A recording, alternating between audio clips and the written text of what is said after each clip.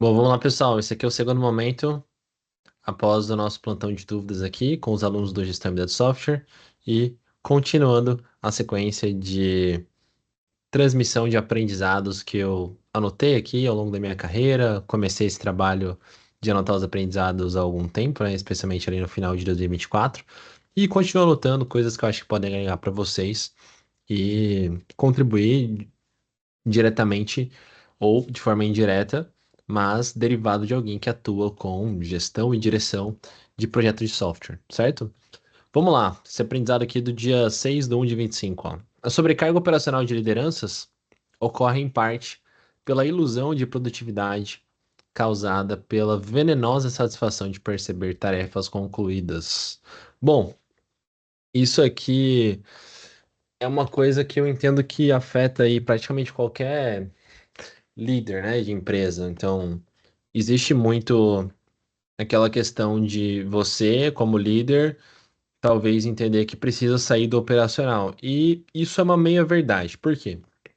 Porque por mais que a sua empresa evolua em termos de complexidade das atividades, em, poxa, demanda de várias pessoas, eventualmente, para fazer alguma coisa. Então, antes você fazia um projeto de software com ali um gerente de projeto e um desenvolvedor. Agora você precisa de várias pessoas, porque os projetos são cada vez maiores.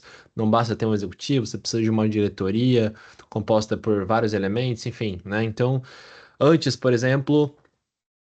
Isso pensando no caso de projeto, né? Mas vamos pensar no nível operacional. Então, antes você bastava ter, digamos assim, o dono da empresa tomando decisões financeiras e era o suficiente. Tipo, você não precisava de um diretor financeiro, de um gerente financeiro, de um analista de controladoria, aí de várias pessoas de contas a pagar, supervisão de contas a pagar, entende? Por mais que a empresa vá crescendo a complexidade e você precise colocar mais pessoas dentro dessa estrutura,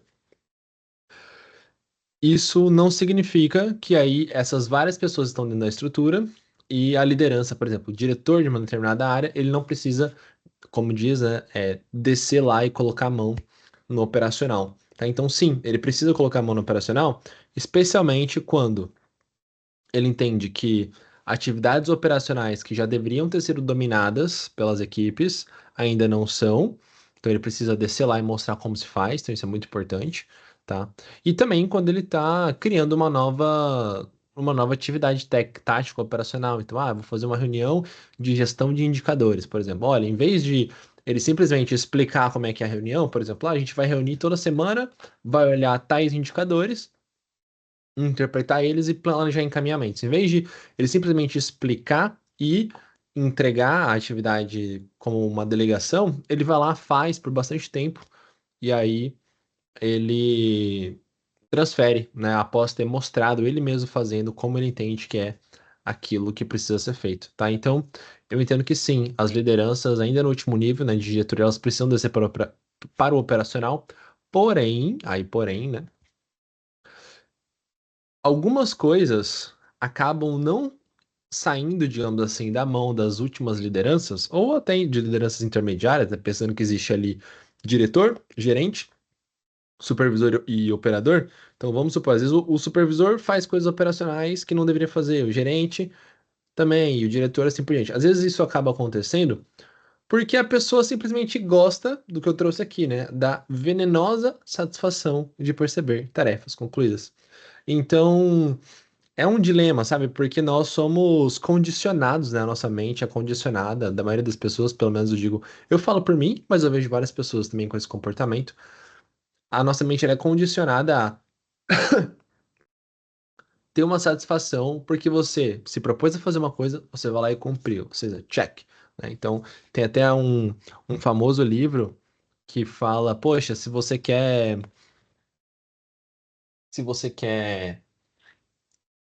salvar o mundo ou melhorar o mundo, alguma coisa assim, comece arrumando a sua cama, sabe? E por quê? Porque você acorda, arruma a sua cama e tem aquela sensação daquela primeira tarefa completada. E isso é muito importante, você ir percebendo o progresso baseado nas tarefas concluídas. Porém, conforme você cresce dentro da empresa, então eu sei disso porque eu fui de estagiário para diretor em 6 anos, o tipo de atividade muda bastante, tá? Se não muda, significa que você tá, digamos assim, com um condicionamento mental de que você ainda precisa ter aquela rotina, por exemplo, eu, diretor, preciso ainda ter aquela rotina de estagiário sendo diretor, né? Então, é importante pensar sobre isso. Não, você não precisa mais daquela rotina maçante de, poxa, executar uma tarefa após a outra e fazer várias coisas no dia, terminar o dia com, sei lá, 10 coisas feitas, dando um exemplo, tá? Porque é assim que o estagiário precisa trabalhar. Não. Você às vezes precisa de uma atividade mais intelectual, você precisa fazer parcerias estratégicas, precisa estudar coisas específicas, entende? Você muda o tipo de trabalho. Então, aquela satisfação de fazer várias coisas no dia ela precisa ser recondicionada, tá?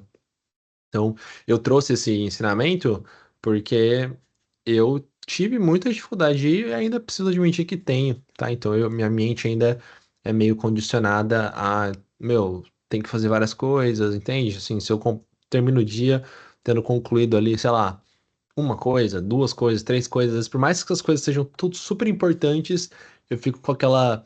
Existe aquela pulga atrás da minha orelha, assim, sabe? De, poxa, e se fosse diferente, entendeu? E se você tivesse feito mais coisas?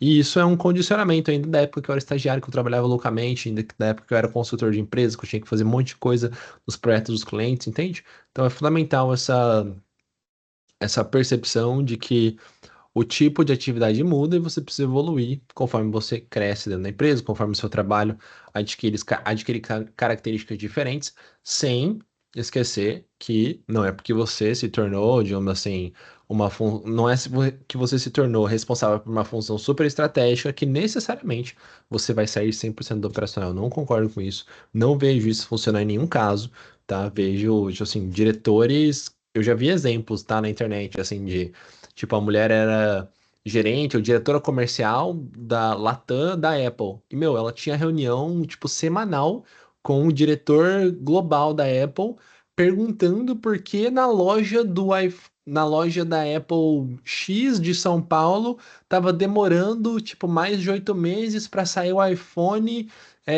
SE de 8 gigas. Ou seja, o cara sabia o último nível da operação comercial e queria saber por que que aquele indicador estava ruim. Entende? Então, você precisa sim de um gerenciamento no último nível.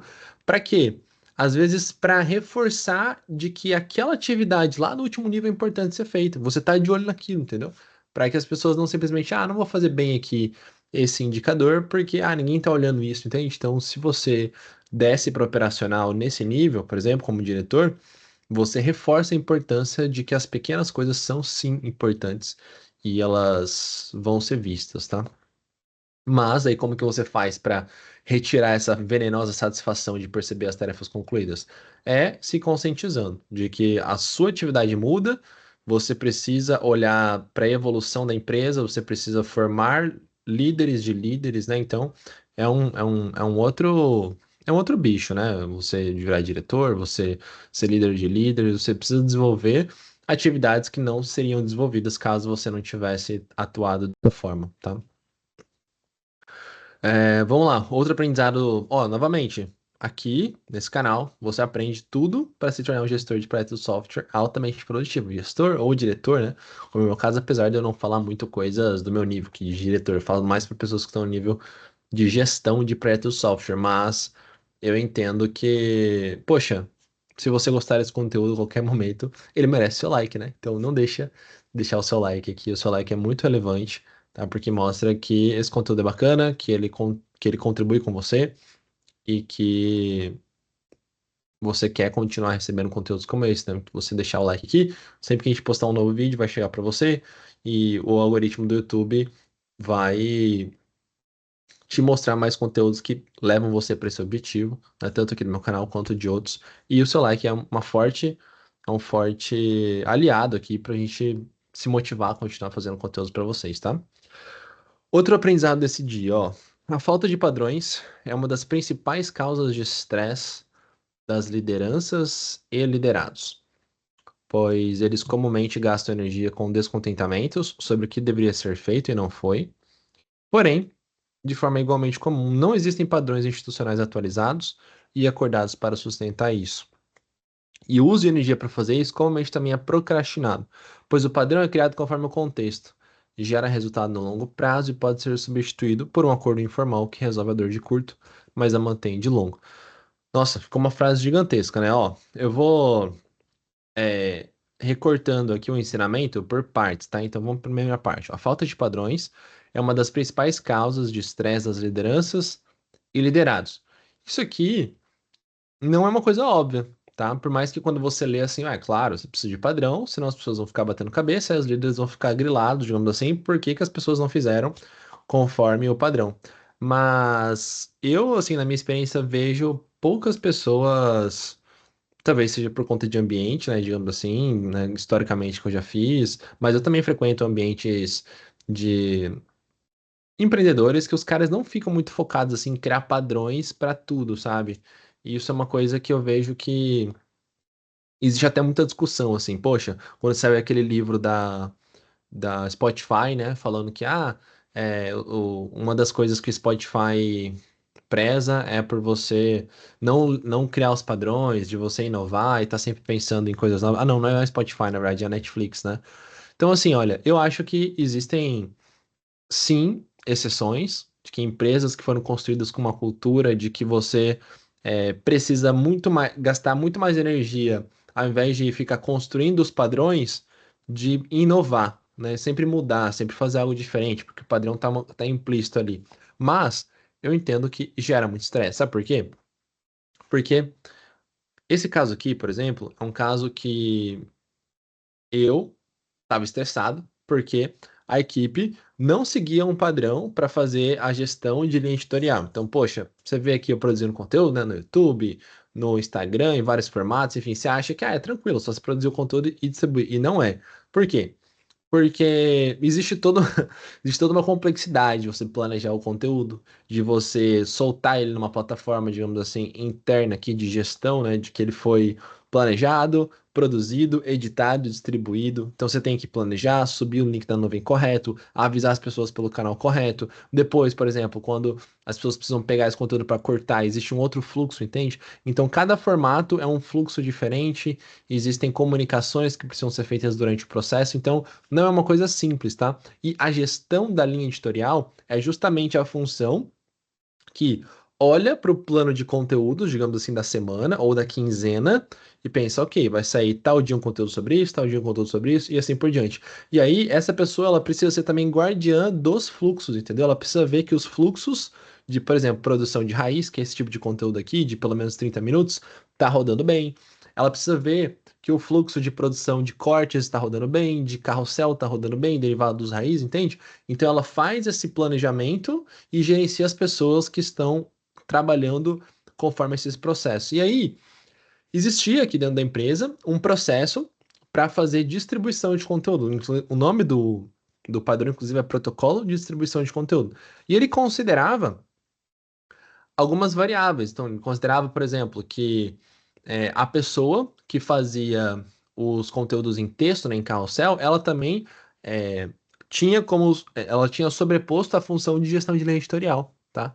Então, foi feito o protocolo dessa forma. Só que aí entrou uma outra pessoa dentro da empresa para fazer esse trabalho de gestão de linha, e aí os fluxos, pensa, as raias, né, o nome lá, por exemplo, era designer, entendeu? Então, tipo, a designer, ela tinha atividades dentro do fluxo de gestão de linha editorial também, que ela, poxa, cobrava pessoas, se não tinha colocado na ferramenta correta, comunicava sobre estar pronto ou não o conteúdo, entendeu? Então, assim, imagina, se você pega e muda a designer para, por exemplo, é, agora ela vai fazer só coisa de design, então você tem que atualizar os padrões, entendeu?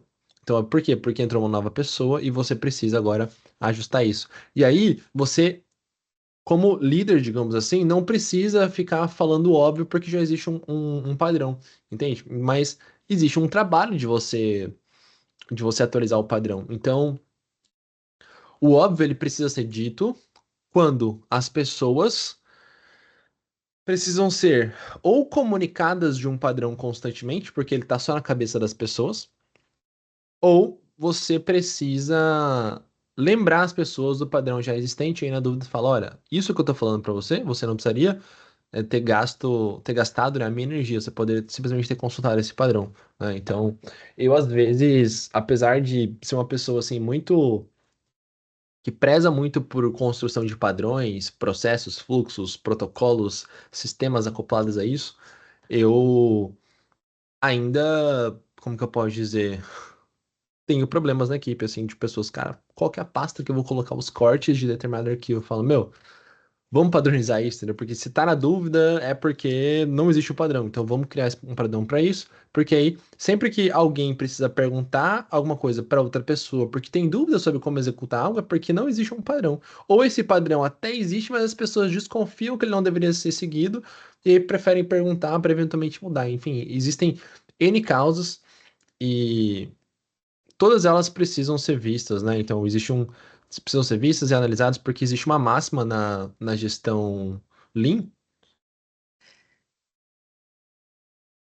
que é o seguinte, é, sempre buscas de informação são desperdício. Então, se você está fazendo alguma coisa, você está buscando uma informação para fazer algo, você está desperdiçando o tempo da empresa, você não está gerando valor para o seu cliente externo, né, que é quem paga a sua conta, ou seu cliente interno, que é quem eventualmente precisa do resultado de um processo que você faz para trabalhar em algo, né? Então, isso é muito importante. Então, a falta de padrões é uma das principais causas de estresse das lideranças lideradas. Por quê? Porque as lideranças, elas precisam, de certa forma, confirmar que aquele padrão é bom, que aquele padrão ao ser seguido vai gerar o nível de prosperidade, digamos assim, que a empresa precisa, né? Então, você não precisa se estressar com isso se o padrão já foi bem estruturado. Mas olha só, segunda parte, né? Pois elas comumente gastam energia com descontentamentos sobre o que deveria ser feito e não foi. Então, assim, é uma coisa que acontece muito comigo, sabe? Eu falo, pô, você deveria ter feito isso, mas você deveria ter colocado o corte nessa pasta conforme esse padrão. Por que que você não fez isso? Será que você sequer leu o padrão?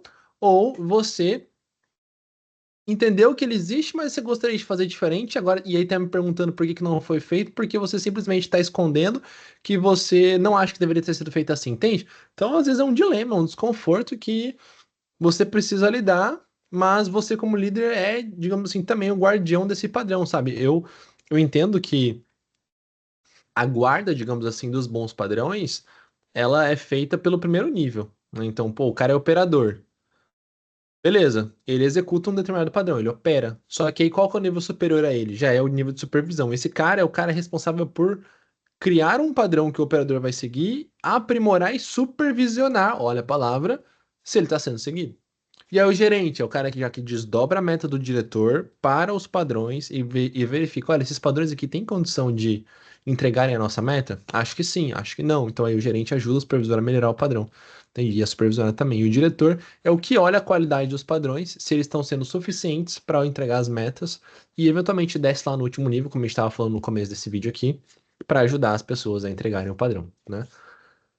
Então, essa é uma outra parte, né? Então, vamos lá, mas continua. Porém, de forma igualmente comum, não existem padrões institucionais atualizados e acordados para sustentar isso. Então é comum, né, não ter padrões institucionais atualizados e acordados para sustentar isso. E o uso de energia para fazer isso, comumente também é procrastinado. Então as pessoas não só não fazem, como procrastinam a aplicação da energia para fazer isso, tá? Pois o padrão é criado conforme o contexto, gera resultado no longo prazo e pode ser substituído por um acordo informal. Então, o padrão é criado conforme um contexto. Lembra que eu comentei com você? O protocolo, o protocolo de distribuição de conteúdo aqui da empresa, ele era com a designer fazendo a gestão de linha editorial. Então, foi criado conforme um contexto. Nesse contexto, a designer precisa acumular essas duas funções. Só que, e ele gera resultado no longo prazo, porque no longo prazo as pessoas vão entrando no automático, entendeu? Elas vão seguindo aquele padrão e não fazem muitas perguntas, porque já tá tudo claro, já tá o padrão é bom, ele já é seguido e tudo mais, né? Gera resultado no longo prazo e pode ser substituído. Veja só, pode ser substituído por um acordo informal que resolve a dor no curto. Então, pô, no curto prazo, pensa só, é só você falar assim, olha, gente, ó, tudo que a designer faz aqui, que é a gestão de linha, que são as atividades A, B, C, D, você coloca as pessoas numa sala de reunião, por exemplo, conversa sobre aquilo e fala, olha, a partir de agora isso vai ser modificado porque ela vai ser só designer mesmo, né? Ela não vai mais ser designer e gestora de linha ao mesmo tempo. Então, você resolveu isso, né? Mas mantém no longo prazo, porque às vezes as pessoas podem voltar a bater cabeça, entendeu? Às vezes você é, precisa reforçar que aquela atividade é da gestão de linha editorial, não é da design, enfim, né? Então, é uma coisa que é importante você Não ficar criando padrão para tudo, porque aí você vai às vezes gastar mais energia na, na execução dos padrões do que na execução dos processos que esses padrões mostram como deveria ser feito, né? Que é o que gera valor de fato. Mas, especialmente em funções-chave, né? Em processos-chave, é importante sim você criar um fluxo quando existem várias pessoas, especialmente, né? Que fazem cada uma coisa, um sistema diferentes, até mesmo para você repensar sobre a otimização desse fluxo, né? Algo extremamente recomendado. Nossa, fazia tempo que eu não fazia esse conteúdo, esse tipo de conteúdo de aprendizados que fazia. Eu pulei uma semana, né? Porque semana passada foi carnaval, eu esqueci como que eu posso dizer? A gente pode aprofundar, né? Tipo, você vê uma linha do anterior, eu fiquei bastante tempo conversando, aí essa outra aqui também.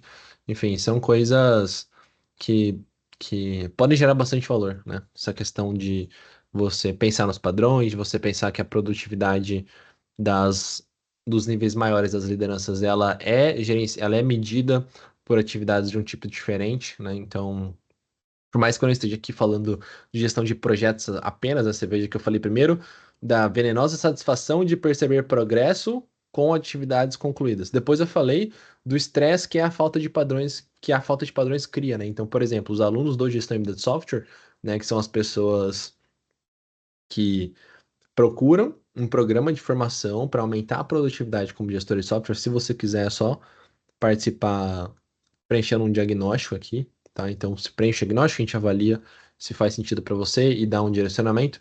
Então, os alunos, eles têm ali como primeiro módulo a estruturação da modelagem de processo, a arquitetura de processo que eles vão executar a gestão dos projetos de software, entende? Então, tem uma relação muito forte como isso que eu estou comentando sobre a existência de padrões, porque você precisa criar o padrão para o ciclo de vida, para a gestão dos produtos, para a gestão dos benefícios, enfim, status, né? Então, esses são os principais fluxos que as pessoas precisam seguir para que os projetos do software sejam bem gerenciados. Então, aqui a gente fechou os aprendizados do dia 6. Vamos para o dia 7 aqui, ó.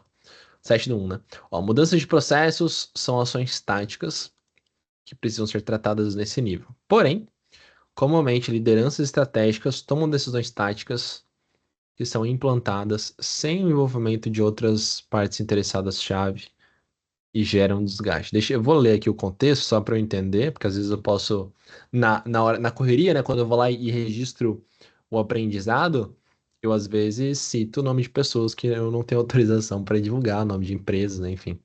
Então, exemplo dessa pessoa dizendo que. hum, vamos lá. Mudança de processos são ações táticas que precisam ser tratadas nesse nível. Isso aqui é importante. Porque olha só, você foi lá, mudou um processo. Então, a gente estava conversando bastante sobre isso, né? Mudança de padrões. É uma ação tática, concorda? Você está mudando ali como a operação vai se comportar. E precisam ser tratados nesse nível mesmo. Então, o nível de supervisão para baixo ou gerência para baixo, né? Porém, o diretor, ele dificilmente vai gastar energia mudando o processo, a não ser que seja uma coisa estratégica. As pessoas considerem que a opinião dele vai agregar significativamente fazendo isso, né? Mas, ó, porém, comumente, lideranças estratégicas tomam decisões táticas que são implantadas sem o envolvimento de outras partes interessadas-chave e geram desgaste. Então, pode existir um diretor que muda um processo que deveria ter sido modificado por pessoas do nível tático, e aí isso gera um impacto operacional que as pessoas ali do nível tático, às vezes, como que eu posso dizer, não falam que vai ter, porque elas podem se sentir constrangidas. Pensa, o diretor falou que um processo precisa ser modificado, mas ele fala, meu, isso não faz sentido. Né? Por exemplo, olha, o sistema ele não tem regra para isso, a gente vai ter que tirar o processo do sistema, começar a fazer manual, porque agora a regra mudou, entendeu? Então você está alterando aqui uma coisa no nível operacional, porque você mudou o fluxo, mas o fluxo é assim porque o sistema permite isso. Então, você vai contratar um RP. O RP ele traz lá um fluxo, você tem que seguir aqueles passos, né? Se você não seguiu esses passos, você não está executando conforme a regra do RP. Então, tá bom, você quer mudar os passos, mas aí você executa, por exemplo, um monte de planilha, entendeu? Ou executa começa uma planilha, depois vira um arquivo de Word, depois vira um e-mail, entendeu? Você não executa o fluxo conforme o padrão do RP. E às vezes a pessoa no nível estratégico, ela não sabe isso, e é comum, ela não precisa saber tudo no nível operacional, né? Só que quando ela vai lá e coloca o dedo dela, digamos assim, falando, olha, eu quero mudar isso, se as pessoas que estão no nível tático, que teoricamente, são as pessoas que deveriam mudar aquilo, não falam, olha, isso não deveria ser mudado dessa forma, por conta desse motivo que está relacionado a, por exemplo, regras de negócio que o RP consegue fazer e vão deixar o fluxo muito menos vulnerável, né? Se a pessoa não vai falar isso, aí você destrói o resultado de um processo, porque simplesmente não teve alguém ali no nível tático interferindo e falando que o líder no nível estratégico estava fazendo coisa errada, entendeu? Então isso é uma coisa bem importante de você perceber, né? E aí que um outro, uma outra observação relacionada a isso, ó, tipo, nem todos os processos que mudam demandam envolvimento da diretoria, a não ser os que podem gerar impacto desse tipo e tem importância estratégica. Então, às vezes você muda um processo no nível tático, só que se esse processo ele tá errado, pode, por exemplo, gerar um impacto negativo para o representante legal da empresa, né? E aí, o que que você vai fazer com isso? Então, é importante sim, olha, eu mudei o processo aqui, pode dar problema para o representante legal. Caso, sei lá, vou ter uma inconformidade contábil, porque vai ficar mais vulnerável o processo, vai ter mais erros, digamos assim, porque a gente vai usar menos o sistema, o fechamento contábil vai ser mais manual, e aí você tem uma auditoria externa do balanço, isso pode sujar, digamos assim, pô, essas pessoas aqui são responsáveis pela empresa, o balanço tá errado porque que elas não estão tomando conta, entendeu? Então, quando você entende que vai envolver o nível estratégico, porque eles podem ser impactados por conta de uma fragilidade do processo que foi identificado, aí você precisa envolver eles sim, né? Isso, pelo menos comunicando como é que vai ser feito. Especialmente se essa pessoa está mudando o processo que vai gerar impacto para ela, porque ela é nível estratégico, ela precisa prestar uma atenção, digamos assim, dobrada, caso as coisas, como que eu posso dizer, degringolem ali, né? Caso a pessoa veja que não, se eu for fazer isso, eu tô lascado, porque aí o meu processo vai ficar mais vulnerável e vai impactar para mim. Então, as pessoas que estão no nível abaixo, elas têm um dever maior ainda de conscientizar sobre o risco de fazer aquilo, porque pode dar errado, pode dar um problema grave, né? E um outro ponto aqui, ó, formalizações em conformidade de processos de referências técnicas legítimas é muito importante. Isso aqui é muito importante, assim, é, pensa numa situação, né, que, olha, eu vou mudar aqui uma regra de é, comprovação comprovação não, de formalização de recebimento. Então, antes um determinado fornecedor recebia nota fiscal, agora ele vai receber, por exemplo, em RPA, né? Poxa, existem regras específicas, alguns tipos de serviços podem ser quitados com RPA, outros não podem. RPA é um substituto da nota fiscal, né? Caso você não saiba, uma questão financeira específica aí, é um substituto da nota fiscal para casos de alguns tipos de serviços específicos, né? Então, se você pega, por exemplo, a opinião de, sei lá, de um cara lá da controladoria que não tem informação contábil, às vezes ele não precisa ter informação contábil, né, formação contábil, e ele vai lá e fala assim, não, pode substituir a nota fiscal por RPA para esse tipo de serviço.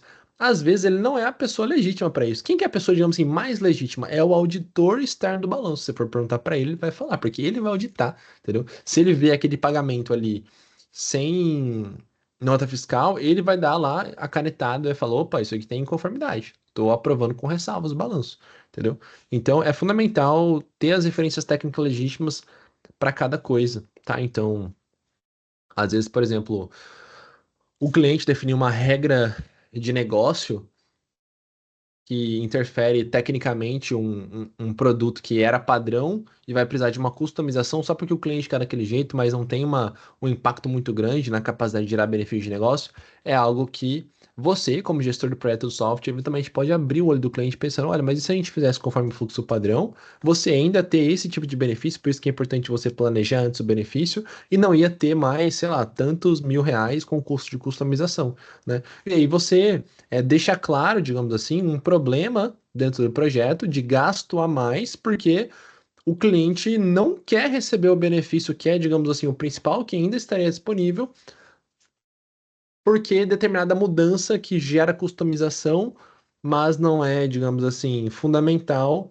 ele entende que precisa ser feito, entende? Então, fazer bem a gestão do projeto de software para a sua empresa, para o seu cliente, envolve isso também, né? Envolve você dar clareza para o cliente sobre as atitudes que ele precisa ter para que o projeto seja bem gerenciado e seja principalmente responsável, né, com as 6 variáveis de qualquer projeto de software: escopo, né, horas gastas, tempo, custo, benefícios, qualidade e riscos. Então, são os aprendizados aí do dia 7. E aí, só para a gente encaminhar para o fechamento desse vídeo aqui, o aprendizado do dia 8, ó.